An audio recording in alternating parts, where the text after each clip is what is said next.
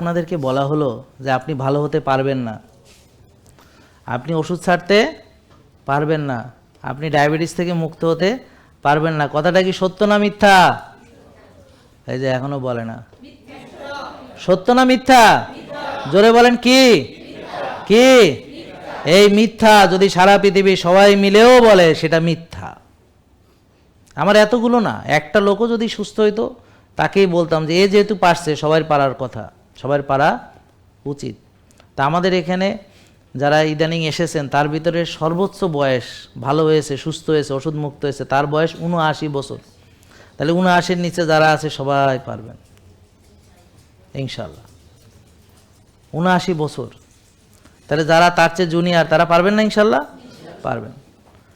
তা আমরা মানুষকে যেই জিনিসটা দিচ্ছি সেটা এখনও আপনাদের কেউ দেয়নি, সেটা হলো আশা যে আমিও পারবো, ভরসা আমিও পারবো।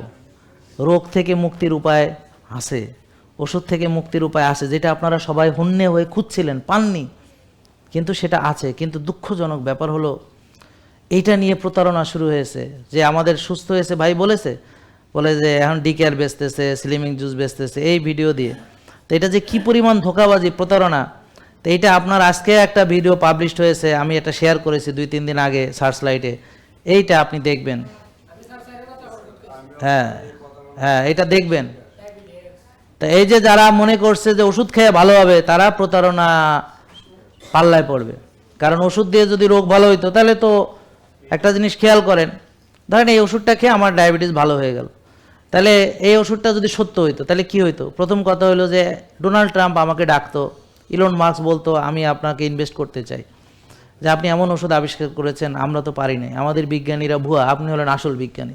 তা আমাকে ডেকে নিয়ে যাইতো, ওরা ডেকে নিয়ে বলতো যে আপনার ওষুধ আমরা সারা পৃথিবীতে বেচবো, খাবে ভালো হবে, খাবে ভালো, আর আপনি এখানে ঠ্যাংয়ের পর ঠ্যাং তুলে খালি টাকা কামাবেন।